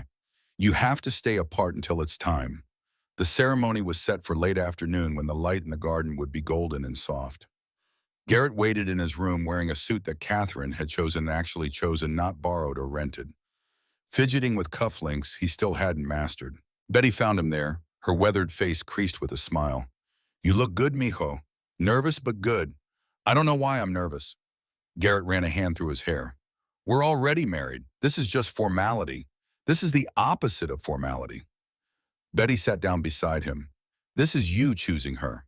Not because you had to, not because you needed something from her, but because you love her. That's the scariest thing in the world. Is it supposed to feel this terrifying?" "The best things always do." She reached out, straightening his tie. "Anna would be proud of you, you know." Something caught in Garrett's chest. He hadn't expected to hear her name today, but somehow it felt right. "You think so, I know so." Betty's eyes glistened. "She loved you more than anything. She would have wanted you to be happy, to find someone who sees you the way she did." A pause. "Catherine sees me. I know she does." Betty stood pressing a kiss to his forehead. "Now go marry your wife, mijo." Again. The garden had been transformed. Strings of lights hung from the trees, not yet lit, but promising magic when the sun went down. White chairs were arranged in two small rows occupied by their small gathering. An archway covered in flowers, purple and white, stood at the garden's center, and beneath it stood Lily. She was wearing a purple dress with a matching cape that Margaret had clearly labored over, and in her hands was a small notebook containing the words she'd spent weeks preparing. Her expression was solemn, almost comically serious, as she watched Garrett approach. "You may stand there, Daddy." She pointed to a spot beside the archway. "And no talking until I say so." "Yes, ma'am." The music started, a simple melody played by Margaret on a portable speaker, and Garrett turned to watch Catherine emerge from the house. She was wearing white. Not the cream silk of their first wedding, but true white, a simple dress that flowed around her like water. Her hair was down, adorned with tiny white flowers, and she carried a bouquet of purple orchids that matched Lily's dress. She was beautiful. She was everything. And she was walking toward him with tears already streaming down her face. Garrett forgot how to breathe. Catherine reached the archway and took her place beside him, their hands finding each other automatically, fingers intertwining. Lily cleared her throat. "We are gathered here today to marry Daddy and Catherine for real this time." A soft laugh rippled through their small audience. "When Daddy first told me about the lady with no smile, I didn't understand." Lily looked up from her notes, her eyes moving between them. "I didn't understand why we were moving to a big house or why there was a lady who looked so sad all the time. But Daddy said we were going to be a family, and families take care of each other." Garrett felt Catherine's hand tighten in his. "At first I was scared." Lily continued. "The house was too big and too quiet, and the lady never laughed. But then I got sick, and the lady wasn't sad anymore. She was scared like Daddy was scared, and she held his hand all night, even though her hand was cold." Catherine's breath caught. "That's when I knew." Lily's voice grew stronger. "I knew that the lady with no smile wasn't really sad. She was just waiting. Waiting for someone to love her the way Daddy loves me, the way Mommy used to love both of us." Garrett's vision blurred. "So here are the vows I wrote." Lily lifted her notebook higher. "Daddy, do you promise to keep making Catherine laugh even when she forgets how I do?" Garrett managed. "Do you promise to hold her hand when she's scared and hug her when she's sad, and never ever let her feel lonely again? I do." Lily turned to Catherine. "Catherine, do you promise to keep reading bedtime stories even when you're tired?" Catherine laughed through her tears. "I do." "Do you promise to be patient when Daddy burns the pancakes and to pretend they're good anyway? I do." "And do you promise," Lily's voice softened, "to be my mom, not to replace my real mom because she's in heaven and I keep her in my heart, but to be my other mom, the one who's here, the one who holds my hand and brushes my hair and tells me everything's going to be okay. The walls came down completely. Catherine knelt down heedless of her white dress on the grass and gathered Lily into her arm. Yes, she whispered. Yes, I promise, I promise, I promise. Lily hugged her back, small arms wrapped tight around Catherine's neck. Good. She pulled away, her own eyes wet. Then by the power invested in me by myself, I now pronounce you married for real this time. Forever and ever. She looked up at Garrett. You can kiss her now, Daddy. Garrett didn't need to be told twice. He pulled Catherine to her feet and kissed her, really kissed her, while their tiny audience cheered and Lily bounced beside them. We're a family, Lily shouted. We're a real family. And in that garden surrounded by flowers and fairy lights, and the people who mattered most, 3 broken pieces finally became whole. That evening, after cake and laughter, and Lily had finally crashed on the couch with Mr. Trunks, Catherine disappeared into her study and emerged with a wooden box Garrett had never seen before. What's that? Something I found when I was cleaning out my office. She set it on the coffee table between them. It was in the back of a drawer I never opened. The box was old, clearly handmade with carved flowers on the lid. My mother made it, Catherine said softly, before she died. I don't remember her making it, but I remember her giving it to me. She said it was for keeping important things. She lifted the lid. Inside were treasures from a childhood Garrett had never known. A pressed flower, a photograph of a woman who looked startlingly like Catherine, a lock of hair, a folded piece of paper. I haven't opened this since I was 12, since the year she died. I put it away and never looked at it again. Why are you looking now? Because I think I'm finally ready. She reached for the folded paper, hesitating before opening it. Because I think I finally understand what she was trying to tell me. The paper was a letter written in a hand that had clearly been shaking. Catherine read it silently, her face shifting through emotions Garrett couldn't name. When she finished, she handed it to him without a word. My darling girl, if you're reading this, I'm gone. I'm sorry for that. Sorrier than words can say. But I want you to know something important. Something I hope you'll remember long after you've forgotten the sound of my voice. Love is not a weakness. I know your father will try to teach you otherwise. I know the world will try to make you hard, make you cold, make you think that needing someone is the worst thing you can do. But it's a lie, sweetheart. The biggest lie there is. The truth is that love is the only thing worth having, the only thing that lasts. All the money, all the power, all the success in the world, and it means nothing if you have no one to share it with. So when you find someone who makes you feel safe, who makes you feel seen, who makes you feel like you can finally breathe, don't push them away. Don't build walls. Don't run. Stay. Love. Be loved. That's all I ever wanted for you. That's all that matters. I love you, my darling girl. Forever and ever. Mom. Garrett's vision blurred. He looked up to find Catherine watching him, tears streaming down her face. I forgot, she whispered. I forgot she told me that. I forgot that love was supposed to be the point. You didn't forget. Garrett set down the letter and pulled her close. You just got lost for a while, and then you found your way back. Catherine buried her face against his chest. I wish she could have met you. My mother. I wish she could have seen that I finally listened. Maybe she can. Garrett pressed a kiss to her hair. Maybe she's watching right now from wherever she is. With Anna beside her, maybe they're both happy that we found each other. Catherine laughed through her tears. That's a nice thought. It's the truth. He pulled back, cupping her face in his hands. The people who love us don't really leave. They stay in our hearts. That's what you told Lily about the butterfly. Remember I did say that, didn't I? You were right, he kissed her forehead. You're right about a lot of things. I'm right about loving you. See? He smiled. Brilliant. 6 months later, on a spring morning when the garden was bursting with color, Catherine made an announcement at breakfast. I have news. Garrett looked up from his coffee. Lily looked up from her cereal. What news? Catherine took a deep breath. I'm going to have a baby. The silence lasted one heartbeat before Lily screamed pure joy, launching herself into Catherine's arms and knocking over her cereal. A baby, I'm going to be a big sister. Garrett crossed the kitchen in 3 strides, gathering them both. His wife, his daughter, his family growing. We're having a baby, he repeated, and Catherine laughed and cried at once. Whatever it is, it's going to be loved. That's all that matters. And in the kitchen of a mansion that had once been a prison, surrounded by spilled cereal and morning sunlight, and chaotic joy, Garrett Sullivan finally understood what it meant to be home. Not a place, not a building, but these people, this love forever and ever.